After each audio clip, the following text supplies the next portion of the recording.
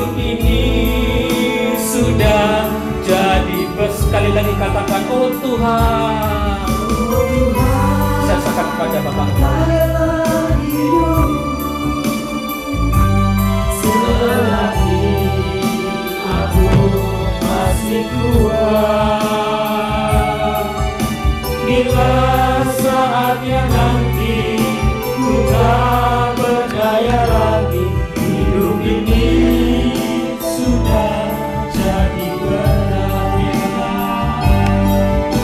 Bila saatnya nanti ku tak berdaya lagi, hidup ini sudah jadi berat.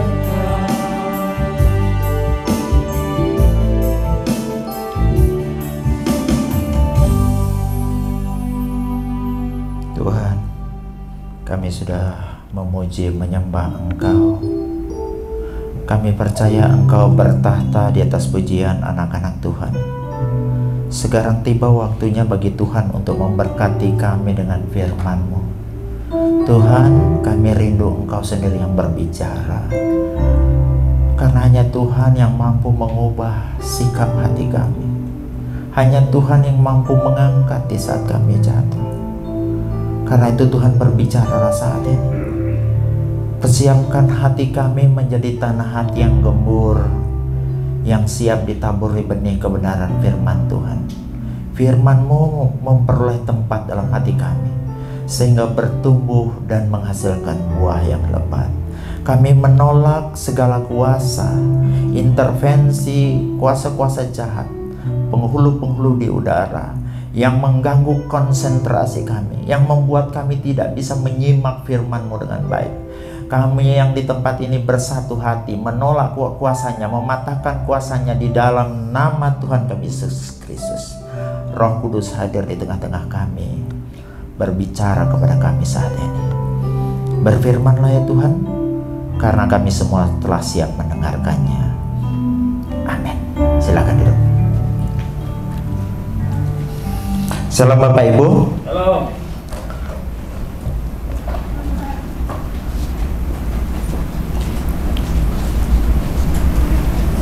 Ya, seberapa kita yang hadir, ada jemaat masih di Kupang, besok baru pulang. Ada juga Bu Dokter ke Bali ya, ke Denpasar, nanti sore baru pulang. Jadi, tapi tidak mengurangi sukacita kita seberapa kita hadir saat ini. Biarlah pelayanan kita hari ini, ibadah kita pada hari ini memberkati kita semua, dan Tuhan disukakan dengan apa yang kita lakukan saat ini. Bapak Ibu, mari kita buka firman Tuhan di dalam Markus 6 ayat yang ke-1 sampai dengan ayat yang ke-6. Markus 6 ayat yang ke-1 sampai dengan ayat yang ke-6.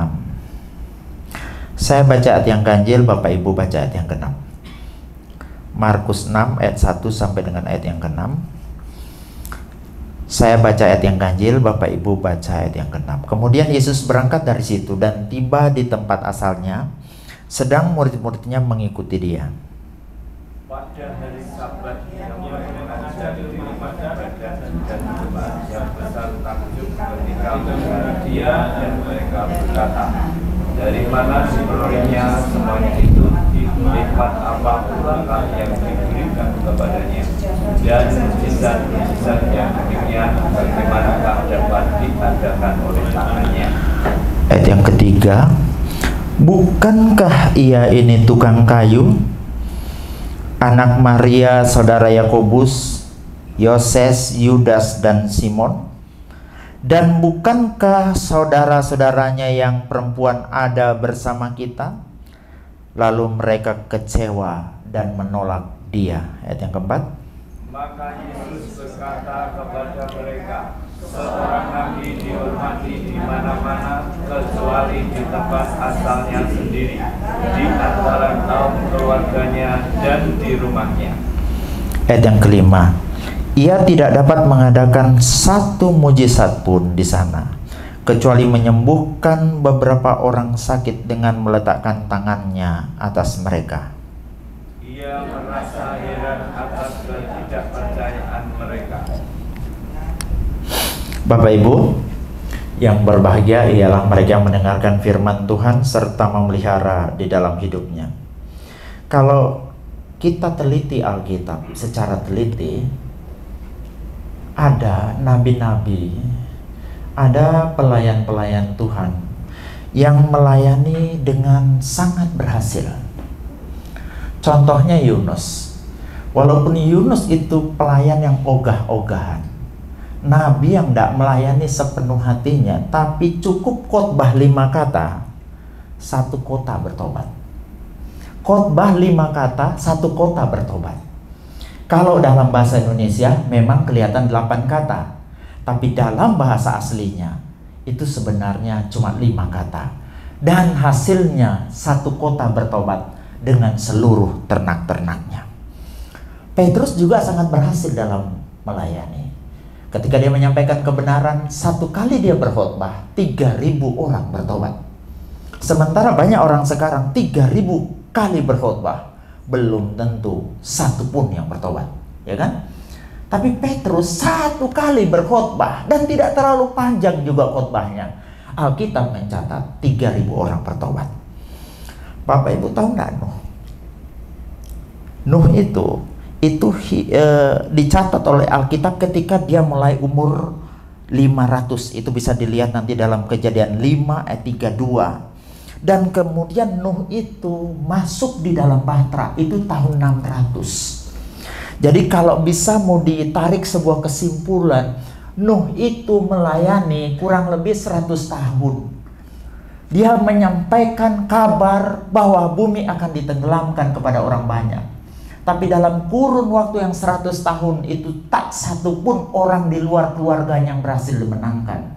Cuma Nuh dengan keluarganya saja, Sem, Ham, dan Yafet dan istrinya Nuh, yang kalau menurut tradisi itu istrinya Nuh itu namanya Naamah. Kejadian 4 ayat 22. Menurut tradisi turun-temurun, istrinya Nuh ini namanya Naamah. Alkitab tidak mencatat, tapi ini menurut tradisi. Jadi hanya 8 orang yang selamat, itu pun cuma keluarga. 100 tahun dia khotbah keliling, tidak ada yang bertobat, cuma keluarganya. Tahu Yeremia? Yeremia itu adalah salah satu dari 4 nabi besar. Daniel, Yesaya, Yehezkiel, Yeremia. Itu nabi besar. Kalau Bapak Ibu nanti buka Yeremia 25 ayat 3, di sana Yeremia berkeluh kesah. Selama 23 tahun melayani, tak satu pun orang yang dengar dia. 23 tahun loh khotbah keliling ke sana kemari, tak satu pun orang yang mendengar dia. Kalau dari cerita tadi kita dapati apa? Ada nabi, padahal ogah-ogahan orangnya. 1 kali khotbah, 5 kata, 1 kota bertobat. Tapi ada juga yang ratusan tahun melayani. Ada yang 23 tahun melayani tapi tidak dapat apa-apa. Ini yang menggelitik saya untuk menyampaikan firman Tuhan hari ini. Kenapa ya? Apa sebenarnya faktor-faktor yang mempengaruhi penyampaian kebenaran? Apa yang mempengaruhi khotbah itu diterima atau ditolak? Makanya kita akan belajar saat ini satu persatu. Pertama kita lihat dulu dari faktor pemberita atau faktor pembawa berita. Dari bacaan kita tadi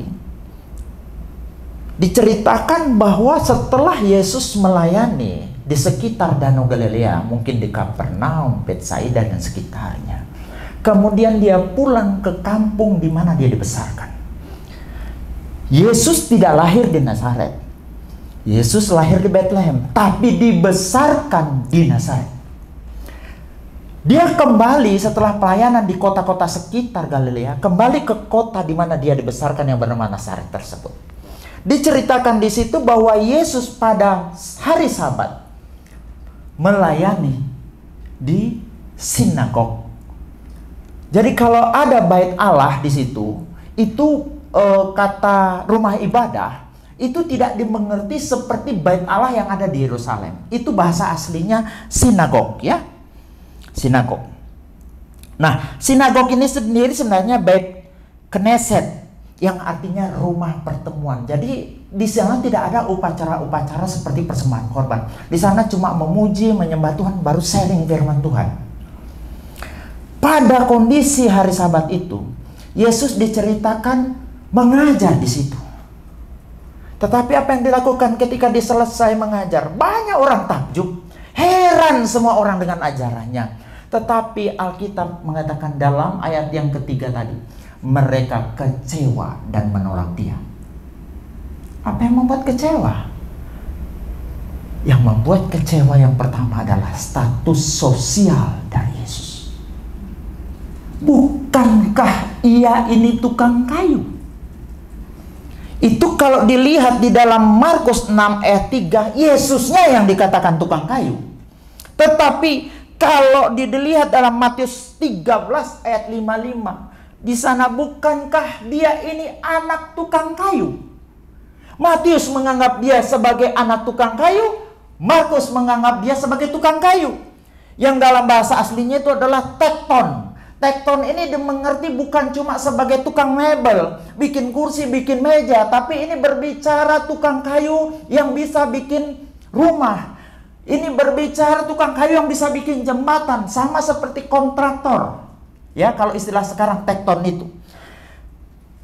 Jabatan waktu itu atau pekerjaan waktu itu yang tekton ini adalah pekerjaan hina dan tidak dianggap. Sehingga ketika Yesus berkhotbah, mereka ingat tentang status sosial daripada Yesus. Mereka ingat pekerjaan orang tua Yesus. Mereka ingat tentang pekerjaan Yesus sebagai tukang kayu. Dengan kata lain, orang-orang Nazaret waktu itu lebih menekankan si pemberita daripada isi berita. Beritanya bagus, isinya bagus, tapi si pemberita diingat sama mereka bahwa ini biasa pegang pahat. Oh, dia biasa pegang sekap dan sebagainya. Status sosial, strata sosial membuat seseorang itu tidak diterima. Inilah dunia dalam cara berpikirnya. Orang kalau ekonominya lemah, orang kalau pekerjaannya mungkin dipandang hina oleh dunia, apapun yang keluar dari mulutnya tidak dipercaya oleh dunia. Ini cara berpikir dunia. Mereka takjub dengan beritanya, mereka takjub dengan kuasa yang dimiliki oleh Yesus, tapi mereka tidak menerima beritanya karena melihat siapa yang pembawa beritanya. Coba kita lihat kata-kata Jack Ma. Ketika kamu miskin, belum sukses, semua kata-kata bijakmu terdengar seperti kentut. Tetapi ketika kamu kaya dan sukses, kentutmu terdengar sangat bijak dan menginspirasi. Ini cara berpikir dunia. Orang kalau banyak duit, kalau dia punya jabatan, ekonominya bagus, kentutnya pun seolah-olah seperti kata-kata bijak. Tetapi kalau orang yang ekonominya tidak bagus, mungkin pekerjaannya tidak bagus, kata-kata bijak yang dia keluarkan terdengar seperti kentut. Ini tidak adilnya dunia. Dan itu orang-orang Nazaret sudah berlaku zaman itu. Mereka melihat omongan orang bukan cuma omongannya, bukan cuma kata-katanya, tetapi siapa yang berkata-kata. Kalau yang berkata-kata itu orang yang tidak mampu, orang yang tidak mapan, orang yang tidak sukses dari sisi ekonomi, mereka tidak akan pernah percaya apa kata-katanya. Apakah zaman sekarang masih begitu? Masih juga. Itu saya yakin orang di luar Tuhan. Orang di dalam Tuhan harus lebih melihat isi kata-katanya. Kalau itu benar ya kita percaya. Jangan melihat si pembawa berita. Kalau ekonominya lemah kita pandang enteng, kita underestimate. Kita pandang sebelah mata. Itu adalah cara-cara dunia yang dilakukan dari zaman dulu, bukan cuma sekarang. Yang kedua, itu tadi faktor sosial faktor status sosial yang membuat berita yang Yesus sampaikan itu ditolak. Yang kedua itu faktor kedekatan. Coba kita buka dalam Markus 6 ayat 3. Bukankah ia ini tukang kayu? Selanjutnya, anak Maria. Tidak disebutkan di situ. Bukankah dia ini anak Nyonya Maria? Dari kata-kata di sini kita bisa tahu bahwa mereka pandang enteng banget itu Maria. Saudara Yakobus, Yoses, Yudas dan Simon dan seterusnya. Dan lalu mereka kecewa dan menolak dia. Akibat terlalu dekat itu bahaya. Orang-orang Nazaret itu kenal siapa Yesus. Sampai pekerjaannya, mama papanya, saudara-saudaranya itu dikenal semua. Efek negatif dari kedekatan adalah apa yang kita ucapkan orang tidak percaya. Saya beri contoh. Seandainya saya terlalu dekat dengan Bapak Ibu, sampai Ibu tahu, Bapak Ibu tahu semua masalah saya. Pengetahuan Bapak Ibu tentang masalah saya membuat Bapak Ibu tidak percaya loh apa yang saya ucapkan. Betul? Ini akibat negatif dari sebuah kedekatan. Saya ingat ada kapan hari saya ketemu dengan seorang pendeta. Dia mengatakan justru teman-teman kuliahnya yang pandang enteng sama dia. Kalau Bapak Ibu nanti sekolah teologi dan jadi pendeta, di mana Bapak Ibu dilahirkan di sekolah teologi tersebut, semua teman-teman di situ mandang enteng kita. Karena dia kenal siapa kita secara lengkap. Aib kita ditahunya, kelebihan kita ditahunya, kekurangan kita ditahunya, sakit penyakit kita ditahunya, bahkan semua dosa-dosa kita diketahuinya. Membuat mereka kemudian memandang enteng. Apapun yang disampaikan tidak akan didengarnya. Saya, Bapak Ibu, dalam hal itu lolos. Kenapa saya bilang lolos? Saya cerita sama Bu Yuni. Saya kalau Pak Esra khotbah, walaupun beliau teman dekat saya tahu kekurangan Pak Esra, saya tahu nilai-nilai plusnya, ya. Tapi saya selalu mendapat berkat kalau dia khotbah. Kenapa? Kenapa kok bisa begitu? Karena begini loh. Prinsipnya kalau engkau dewasa di dalam Kristus, engkau bisa memilah, ya, mana si pembawa berita, mana berita yang dibawanya. Engkau tidak akan campur aduk. Saya tahu kekurangan beliau, tapi tetap saya hormat. Saya tetap mendapat berkat karena dibangun di atas dasar respek. Saya mungkin pernah cerita, satu saat ada seorang nenek dengan kakek merayakan hari ulang tahun yang ke-50.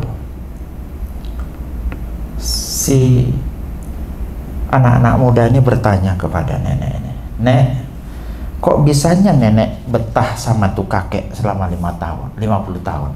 Emangnya kakek itu tidak punya kekurangan?" Nenek itu menjawab, "Kekurangan kakek itu banyak sekali, seperti bintang di langit."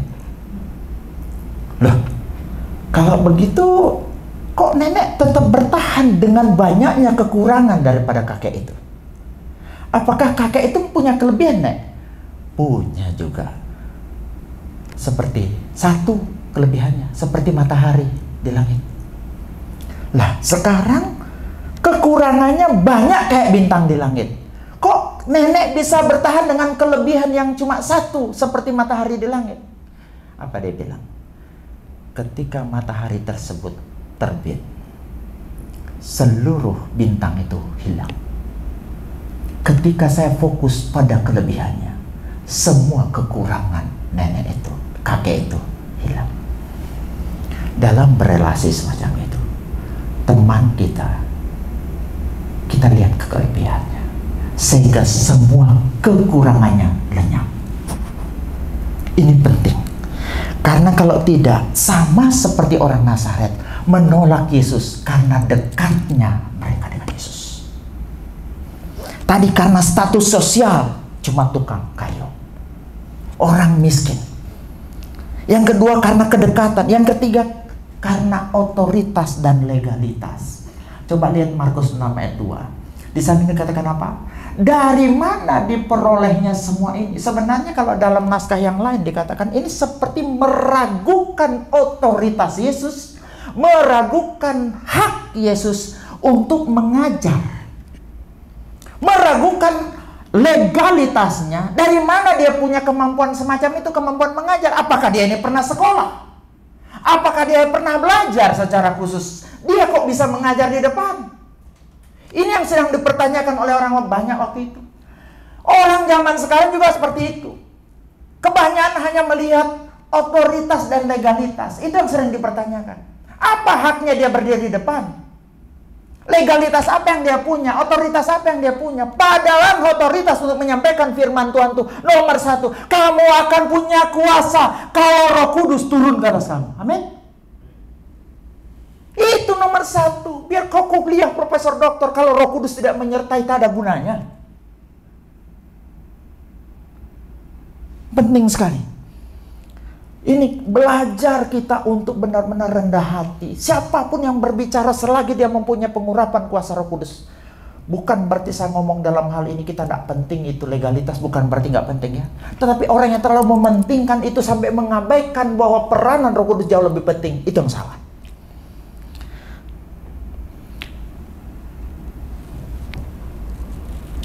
Bapak Ibu, kalau kau tidak menerima si pemberita, mau sehebat apa berita yang dibawa, pasti kau tidak akan terima.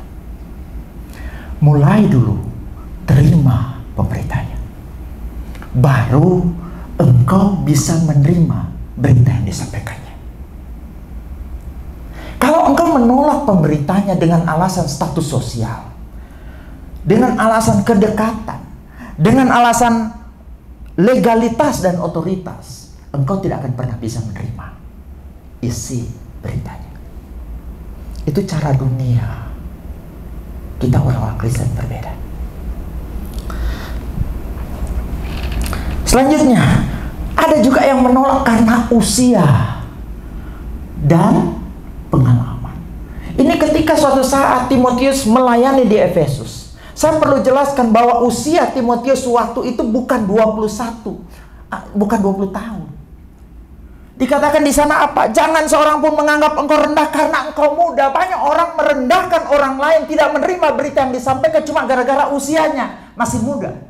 Timotius waktu itu mengikut Paulus dalam usia 21 sampai 24. Dan surat 1 Timotius ini ditulis dan diterima oleh Timotius ketika Timotius sudah mengembalakan di Efesus dengan umur antara 31 sampai 40 tahun umur Timotius. Surat ini diterima. Dikatakan apa? Jangan ada orang pandang engkau rendah karena engkau muda.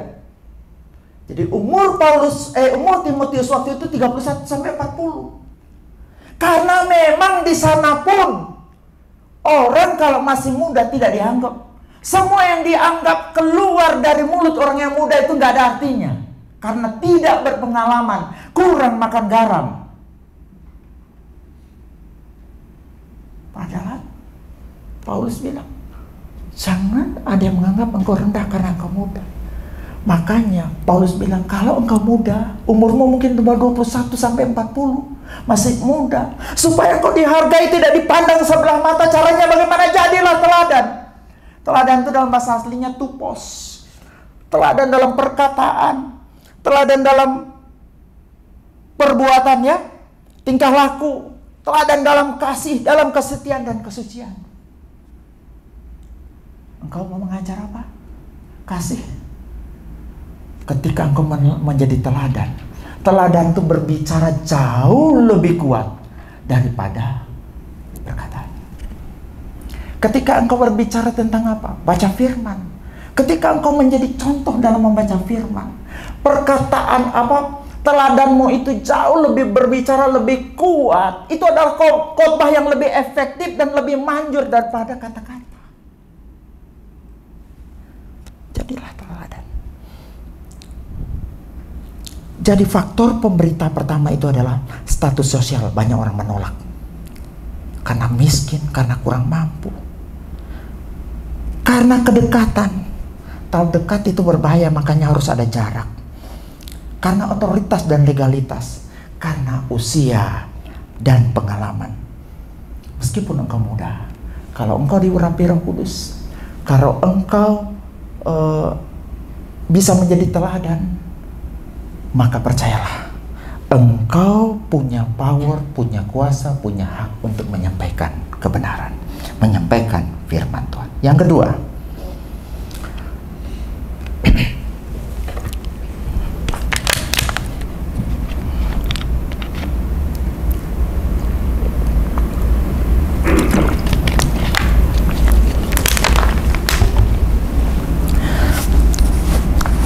yang pertama tadi faktor si pembawa berita atau pemberitanya. Yang kedua kita lihat faktor isi beritanya. Coba kita lihat bagaimana Paulus memberitakan, karena dia juga ditolak. Di Korintus Paulus itu ditolak, khotbah bolak-balik ditolak. Tidak semua orang nerima Paulus ya. Ini saya perlu jelaskan. Coba kita buka dalam 1 Korintus 2 ayat 2. Sebab aku telah memutuskan untuk tidak mengetahui apa-apa di antara kamu selain Yesus Kristus, yaitu Dia yang disalibkan. Jadi apa isi khotbah daripada Paulus? Yesus Kristus yang disalibkan. Isi pemberitaan Paulus adalah Yesus Kristus yang disalibkan, mati dan dibangkitkan. Itu bisa juga dilihat dalam Galatia 1 ayat 8 ketika dia mengabarkan Injil. Injilnya itu berpusat pada Kristus. Bisa juga dilihat dalam Galatia 1 ayat 9. Jadi kalau ada orang memberitakan Injil yang lain yang tidak berpusat pada Kristus, ya, yang tidak memberitakan Yesus yang disalib, Yesus yang mati, Yesus yang bangkit, maka terkutuklah dia. Kata terkutuklah dia itu adalah anatema. Maka anatemalah dia.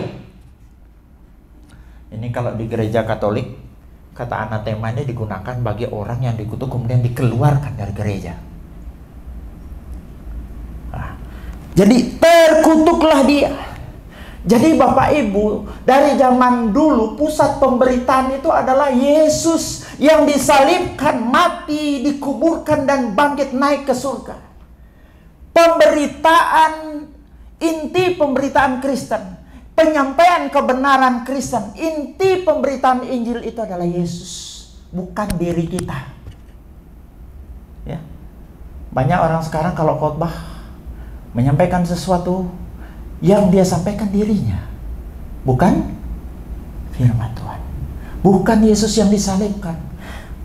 Yang dia ceritakan pencapaiannya. Oh, anak saya ada di sini, anak saya ada di sono. Saya kemarin khotbah di sini, saya khotbah di sono. Saya kuliah di sini, saya kuliah di sono. Yang dia ceritakan pencapaian ke dirinya. Sementara kalau Paulus disampaikan dengan cara yang sederhana dan berpusat pada Kristus. Zaman dulu pun Paulus karena isi penyampaian firman-Nya itu berpusat pada Kristus, makanya dia juga ditolak. Orang Yahudi terutama tidak suka dengan pemberitaan yang berpusat pada kematian dan kebangkitan Yesus. Dah heran kalau banyak teori. Teori yang pertama, Yesus diserupakan untuk menyangkali bahwa Yesus itu mati dan bangkit. Teori kedua kemarin hasil debat, Yesus disembuhkan. Gitu? Katanya Yesus diolesi dengan balsam 30 kg. Kemudian ditaruh di dalam sebuah ruangan kuburan itu. Dan itu adalah suhu yang ideal untuk penyembuhan Yesus. Bayangkan Yesus yang didera semacam itu sembuh dengan obat 30 kati. Kalau Oma bilang, jangankan 30 kati, dikit aja babak belur kayak begitu diolesi balsam, meringis kita nahan sakitnya, betul? Dan itu tidak masuk akal. Jadi ada teori pertama mengatakan Yesus diserupakan. Teori kedua, Yesus disembuhkan. Sehingga Yesus tidak benar-benar pernah mati. Yesus tidak bangkit. Yesus itu sembuh. Lah, ngambil ayatnya dari Alkitab. Wong dari Alkitab itu secara eksplisit menyatakan dengan begitu banyak, puluhan bahkan ratusan kali dinyatakan dalam Alkitab bahwa Yesus mati, bangkit, dan naik ke surga. Pada saat yang sama dibuat ayat atau buat argumen bahwa Yesus itu cuma sembuh. Loh, ratusan ayat loh yang menyatakan dia mati dan bangkit. Ini blundernya itu Ustadz Kenama. Yang tidak ngerti, sok-sokan ngerti iman Kristen. Karena kalau saya yakin kalau dia pendeta beneran gak mungkin mualaf. Orang kalau ngerti tentang kekristenan gak mungkin mualaf. Nah, kalau istilahnya orang-orang YouTuber, itu namanya botol. Botol itu singkatan bodoh dan tolol, ya. Botol, bodoh dan tolol. Jadi Bapak Ibu, ketika dia membuat argumen atau membangun argumen bahwa Yesus disembuhkan, nah bagaimana pandangan mereka, warga sebelah itu, ya, RT sebelah itu, tentang diserupakan? Berarti Yesus nggak pernah diserupakan, karena dia disembuhkan. Bisa nggak maksudnya? Di situ aja sudah berkontradiksi. Itu namanya benar-benar argumen botol, ya. Tapi yang saya mau tekankan di sini, dari zaman dulu ternyata orang begitu alergi dengan kematian, kebangkitan Yesus. Sekarang pun berbagai teori dibangun untuk menyangkal kematian dan kebangkitan Yesus. Tapi saya mau sampaikan, isi firman Tuhan, isi pemberitaan Injil, isi penyampaian kebenaran firman Tuhan itu harus berpusat pada Yesus yang disalib, berpusat pada Yesus yang mati, berpusat pada Yesus yang bangkit untuk saudara dan saya. Amin. Itu isi pemberitaan Injil. Selanjutnya, meskipun semakin sedikit orang suka, sekarang ini gereja-gereja menghindari ngomong tentang Yesus yang mati, menghindari ngomong tentang Yesus yang bangkit, cuma supaya diterima oleh orang banyak. Kita harus belajar seperti Paulus. Inti pemberitaan Kristen adalah Yesus yang mati, Yesus yang bangkit. Itu inti pemberitaan Kristen. Yang ketiga, faktor menyampaikan berita.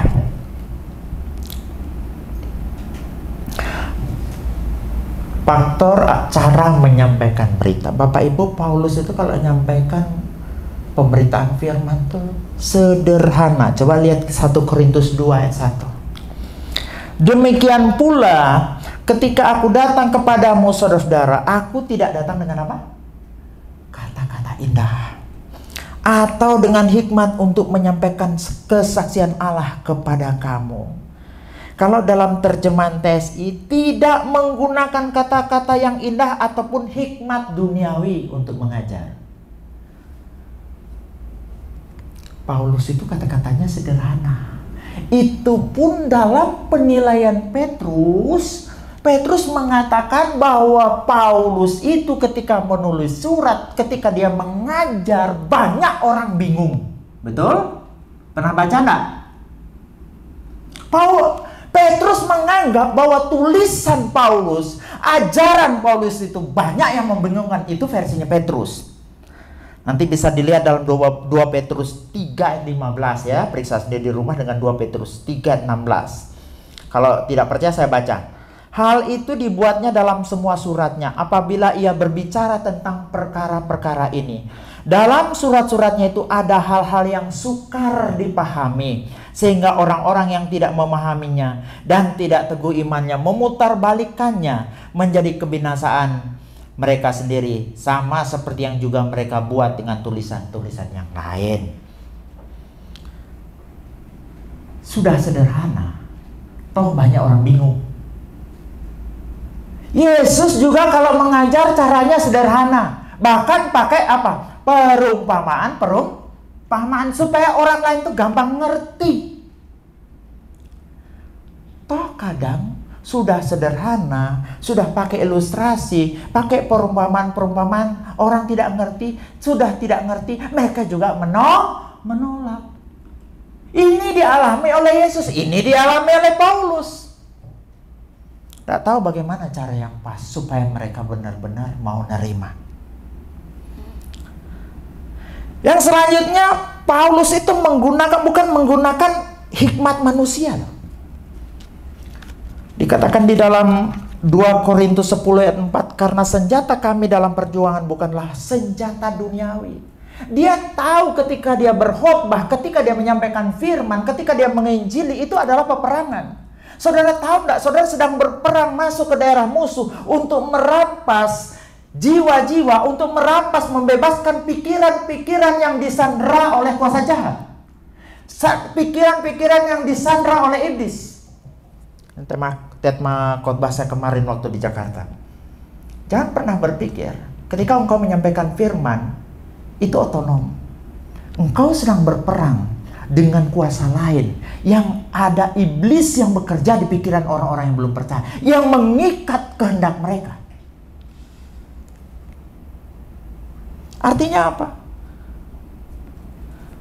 Sudah sampaikan dengan sederhana, dengan kuat kuasa Roh Kudus yang luar biasa.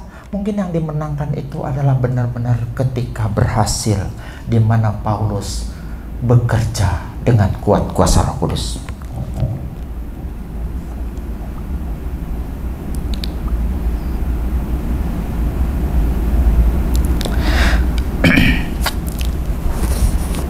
Bapak Ibu, kalau mau berbicara cara khotbah, orang itu punya selera beda-beda.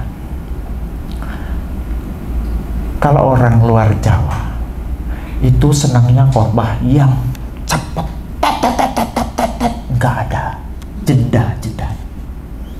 Kalau Bapak Ibu pergi ke Indonesia Timur, Bapak Ibu akan melihat seorang pendeta berkhotbah dengan gaya yang sangat energik.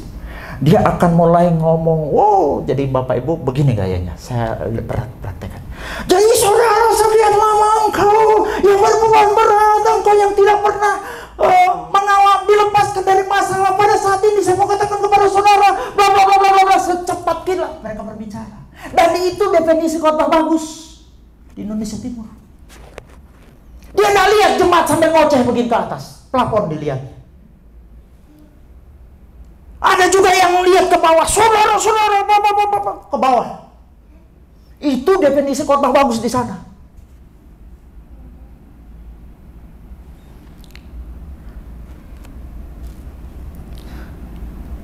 Ada juga yang khotbah gaya terbang. Dari ujung ke ujung suaranya tidak pernah turun. Pokoknya melengking tinggi. Itulah ada sebagian orang menganggap itu khotbah atau pemberitaan yang bagus, atau cara menyampaikan khotbah yang bagus. Ibu Yuni lain seleranya. Dia lihat ada pendeta tua, rambutnya putih, khotbah datar-datar. Jadi Bapak Ibu, saudara-saudara, ada medok Jawanya sedikit. Jadi pada kesempatan kali ini, malah baru dia bisa nangkep. Kalau yang laju-laju begitu dia ketinggalan kereta, katanya tidak bisa ngerti. Ada juga yang sudah dibuat dengan gaya jalan sana, jalan sini, ya, muter bilang perlu mimbarnya. Berbagai macam cara untuk menyampaikan. Tetapi Paulus disampaikan dengan cara yang sederhana, karena memang pada prinsipnya tidak menggunakan cara-cara, metode-metode duniawi. Saya bukan mengatakan cara-cara tadi semua duniawi, karena itu diajar. Kalau kita belajar homiletika itu diajar. Tapi bukan itu penekanannya. Penekanan yang paling penting adalah kita memberitakan firman Tuhan dengan kuat kuasa, karena kita sadar itu adalah peperangan. Bukan metode dunia, ya. Yang ketiga, caranya apa? Sebelumnya saya cerita sedikit ini, karena saya lihat mudah-mudahan ada yang ngantuk. Zaman dulu ada seorang pendeta, kalau khotbah, kalau ngusir setan, setan langsung lari. Kalau dia berdoa selalu punya ciri khas. Dia kalau berkhotbah dia selalu, Bapak Ibu saudara, dia semacam begitu. Ada mendesisnya kayak ular. Suatu saat dia ngusir setan.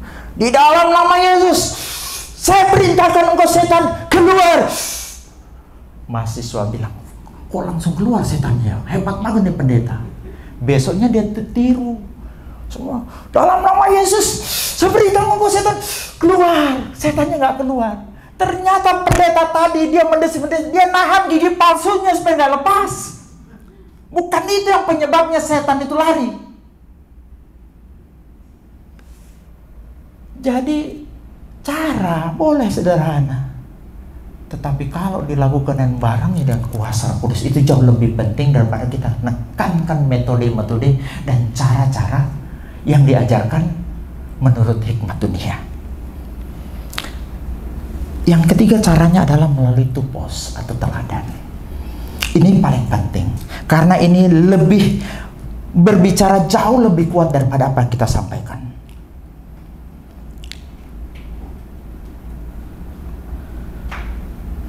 Tupos dalam perkataan, tupos dalam tingkah laku atau cara hidup, tupos dalam kesetiaan atau iman, tupos dalam kesucian atau hidup. Saya cerita sedikit ini kesaksian. Tupos dalam kesetiaan itu artinya tupos dalam iman, menjadi contoh. Kemarin saya cerita sama anak-anak. Percayalah anak-anak, kalau kita itu hidup di dalam Tuhan, meskipun kita berada di tempat yang gersang, Tuhan sanggup menyediakan.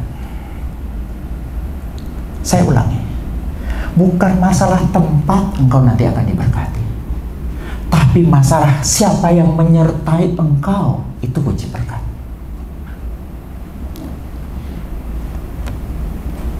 Abraham di tempat yang gersang, Lot di tempat yang subur, tapi lebih diberkati Abraham di tempat yang gersang asal bersama Tuhan. Anda pikir jadi hamba Tuhan mudah? Kita salah gerak sedikit, hancur gereja.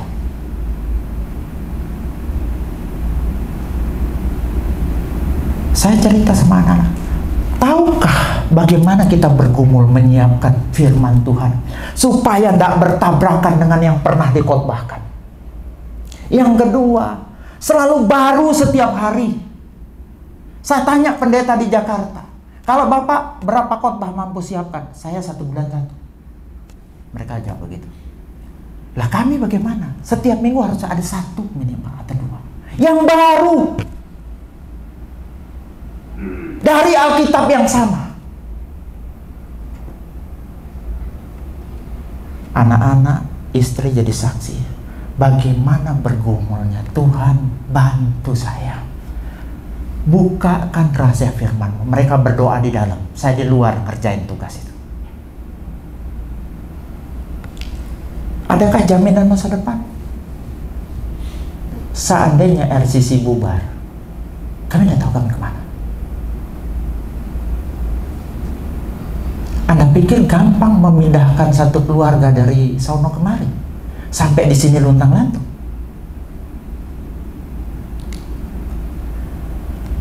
Tapi kami mau jadi contoh dalam iman, meskipun tempatnya gersang, tapi asal disertai Tuhan, Tuhan mampu cukupkan. Tak gampang loh. Orang kan cuma tahu hal yang di luar, tidak tahu bagaimana pergumulan kami di dalam.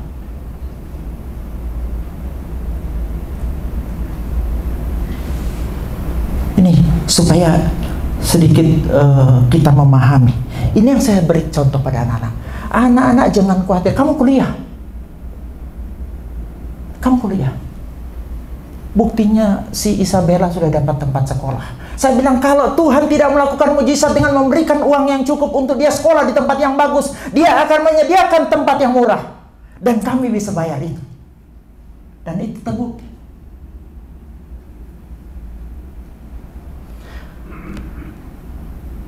Jadi Bapak Ibu, menjadi contoh itu tidak gampang. Kami harus menjadi contoh di dalam doa. Cuma 3 orang juga ibadah sama Pak Edi sana pergi.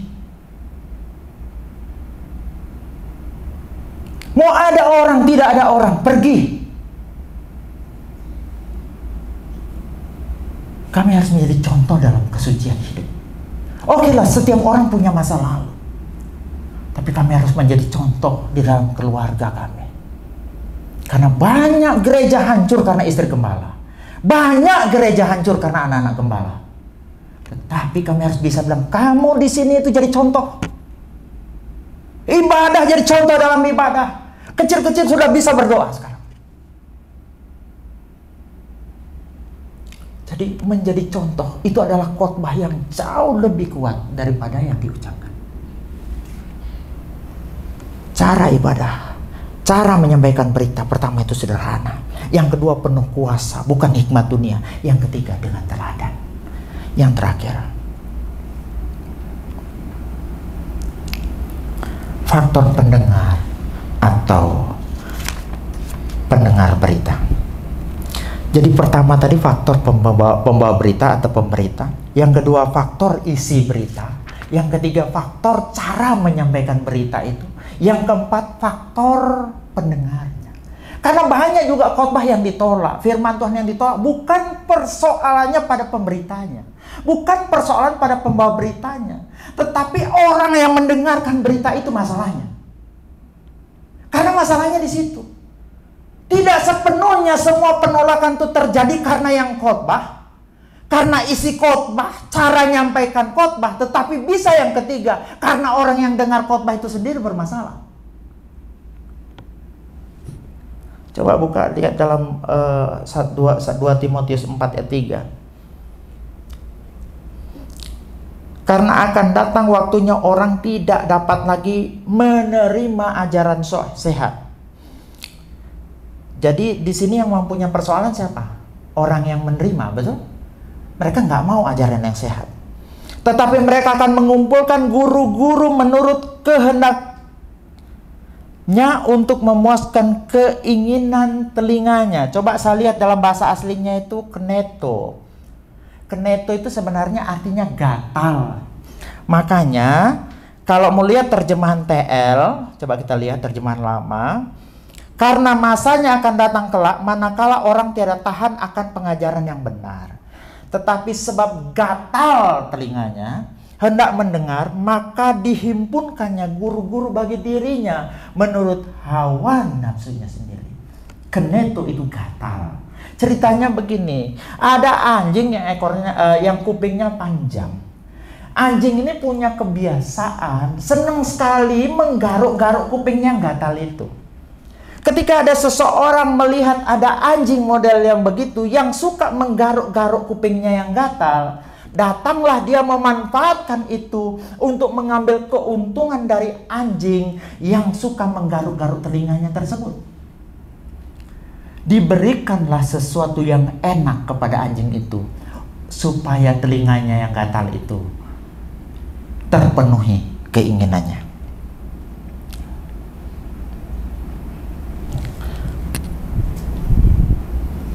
Jadi ini yang tentang telinga gatal itu. Banyak orang sekarang, anak-anak Tuhan mungkin telinganya gatal, sehingga mereka akan mencari sesuatu yang mengenakkan telinganya. Saya ulang, orang yang telinganya gatal itu adalah orang yang suka mencari sesuatu yang cuma mengenakkan telinga. Khotbah yang menegur mereka nggak suka. Khotbah yang mengingatkan mereka tidak suka. Khotbah yang berbicara dosa mereka tidak suka. Khotbah yang berbicara salib mereka tidak suka.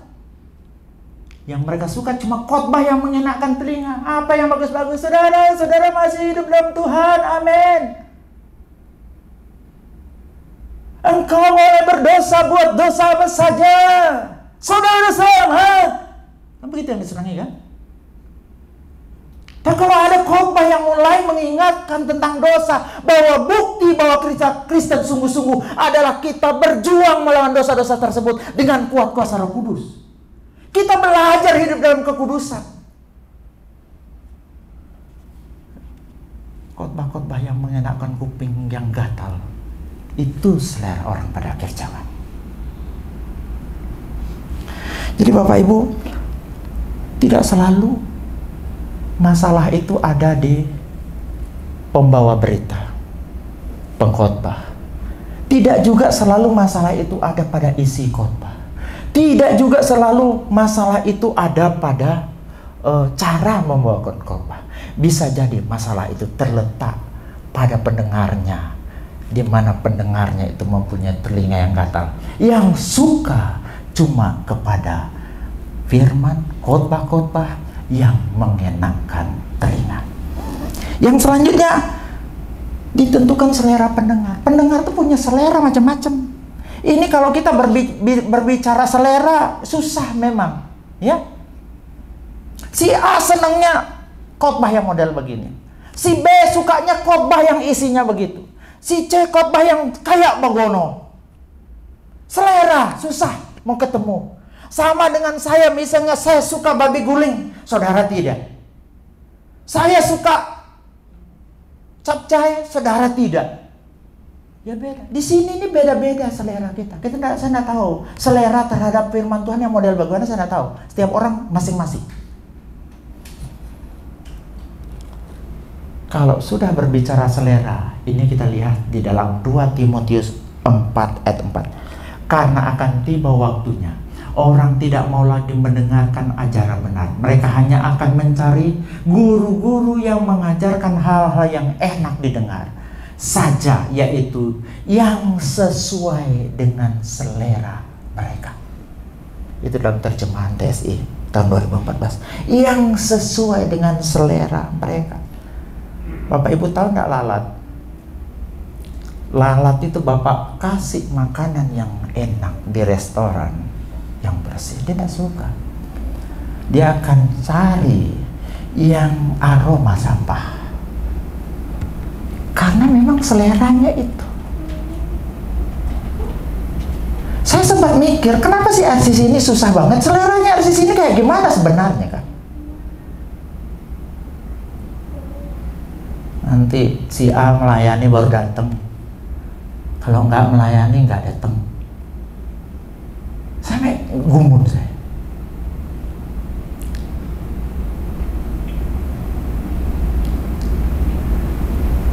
Saya bergumul, Tuhan, apa selera mereka? Apa yang mereka butuhkan? Jadi sama dengan perbedaan kumbang. Kalau kumbang itu Bapak Ibu dibawa di tempat sampah, dia akan cari bunga. Ini lebah, ya, lebah. Ditaruh di tempat sampah pun, tempat kotor, dia akan cari bunga. Tetapi kalau itu lalat, di tempat bersih pun dia cari sesuatu yang beraroma sampah. Ini masalah selera. Nasihat kebenaran itu kadang seperti jamu, memang pahit kita rasa. Bagi orang yang menolak sebab ia tidak mau pahitnya. Ini bagi orang yang menolak dia sebab dia tidak mau pahitnya. Bagi orang menerima sebab ia tidak tahu. Ia tahu manfaatnya. Meskipun pahit, karena dia tahu manfaatnya menyembuhkan, dia akan minum. Itu sama dengan ketika kita menyampaikan kebenaran, kadang akan menemukan dua reaksi orang. Orang yang bijak akan merenung, orang yang bodoh akan tersinggung. Saya jujur, kalau mau dengar doa di tempatnya Pak Edi, kita belajar menaruh hati di bawah. Apapun yang orang doakan, kita amini. Terima kasih Tuhan, saya seperti itu. Belajar hati ini rendah, serendah-rendahnya. Tunduk pada otoritas itu bentuk adalah kerendahan hati. Karena kalau engkau tidak belajar tunduk pada otoritas, tidak akan pernah engkau dipercayakan otoritas. Saya ulang, engkau yang tidak pernah tunduk pada otoritas tidak akan pernah punya atau dipercayakan oleh Tuhan suatu kewenangan atau suatu otoritas. Dalam hidup kita akan banyak dikirim otoritas. Orang tua itu otoritas di atas kita. Pemimpin-pemimpin itu otoritas di atas kita. Pemerintah itu otoritas di atas kita. Gembala itu otoritas di atas kita. Belajar tunduk pada otoritas itu adalah bagian saudara sedang diproses untuk memegang otoritas. Musa tidak jadi begitu saja. Maryam sempat iri kepadanya. Dia tidak tahu proses yang dialami Musa untuk dipercayakan otoritas semacam itu. 40 tahun dia di Mesir digodok. 40 tahun dia melayani Yitro mertuanya. Tidak langsung dia dipercayakan semacam itu. Makanya penting untuk belajar tunduk pada otoritas. Otoritas apapun, selalu ada otoritas. Di tempat kerja ada atasan kita. Jangan lupa, semua otoritas itu ketetapan Tuhan. Saya ulang, semua otoritas itu ketetapan Tuhan. Menolaknya, menyangkalnya, tidak menghormatinya, sama dengan kita tidak menghargai apa yang Tuhan tetapkan. Penting. Yang ketiga persoalannya tadi apa? Telinga gatal. Kedua, selera. Yang terakhir itu masalahnya hati pendengar itu sendiri. Jadi kalau ada khotbah itu diterima atau tidak, pengajaran itu diterima atau tidak, penginjilan itu diterima atau tidak, bisa jadi faktornya pertama itu faktor pembawa beritanya. Yang kedua bisa jadi itu faktor isi beritanya. Yang ketiga bisa jadi itu faktor cara membawakannya, mungkin tidak menarik dan sebagainya. Yang keempat itu terletak pada pendengar itu sendiri. Yang salah satu poinnya adalah terletak masalahnya pada hati pendengar itu sendiri. Alkitab menggambarkan ada 4 macam hati. Hati pinggir jalan, ya. Yang kedua, hati berbatu-batu. Yang ketiga, hati semak duri. Yang keempat, tanah hati yang gembur. Jadi ada 4 macam tanah. Tanah pinggir jalan, tanah hati berbatu-batu, tanah hati semak berduri. Yang keempat, tanah hati yang baik, hati yang subur. Kalau hatimu tanah hati yang subur, kau terima firman itu kalau memang itu benar. Amin. Kenapa kita nolak? Kenapa firman itu tidak tumbuh? Ya karena hati kita yang berbatu-batu. Masalahnya di hati kita, bukan masalahnya pada pemberita. Isi dan cara menyampaikan berita firman.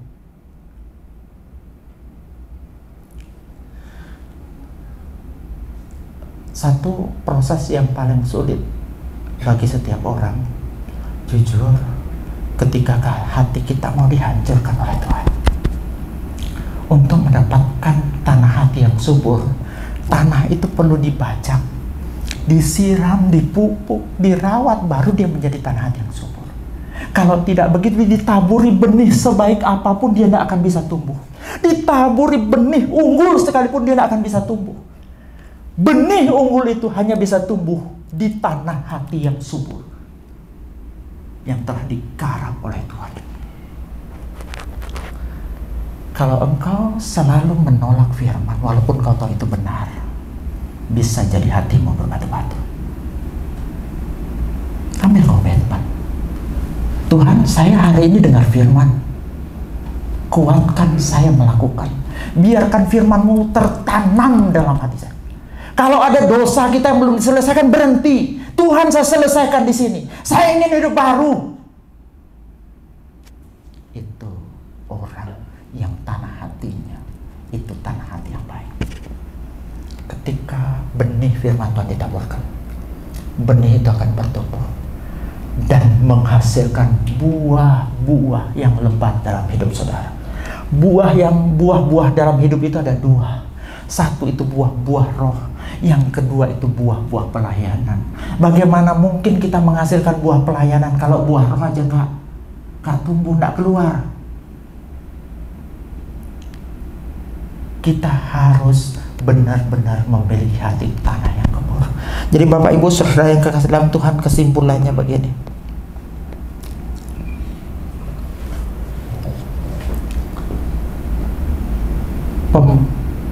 Pemberitaan firman diterima atau tidak diterima, berhasil atau tidak berhasil ditentukan oleh 4 faktor.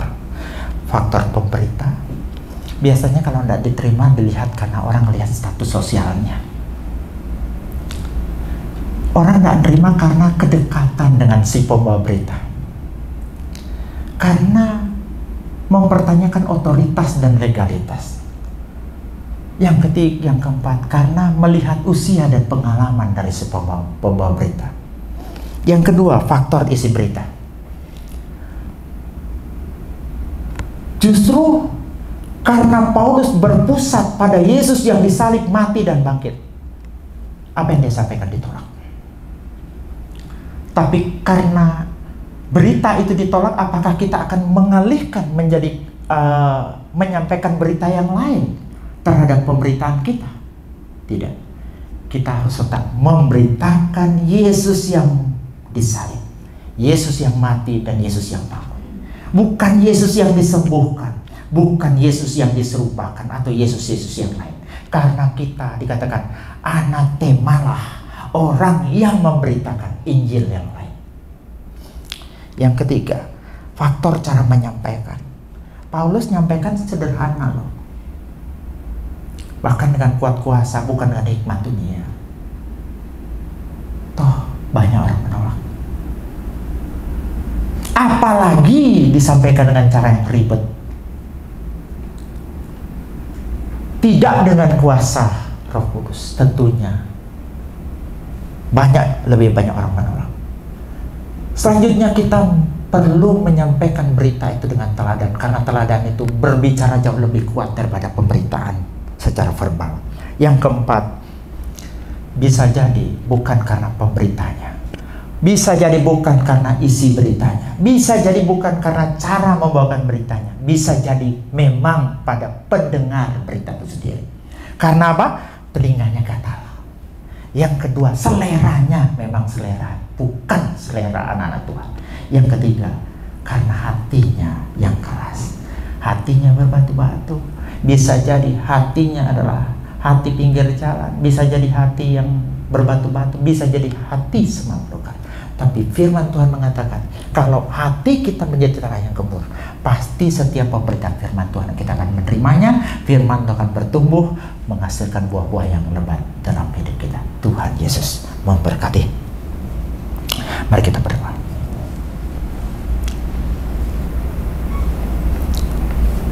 Bapa, siapakah kami ini? Sedangkan Engkau sebagai pemberita ulung Tuhan Yesus, Engkau sendiri ditolak. Paulus yang sudah menyampaikan firman dengan cara yang sederhana, toh juga ditolak. Yeremia 23 tahun, tak satu pun orang yang dimenangkannya.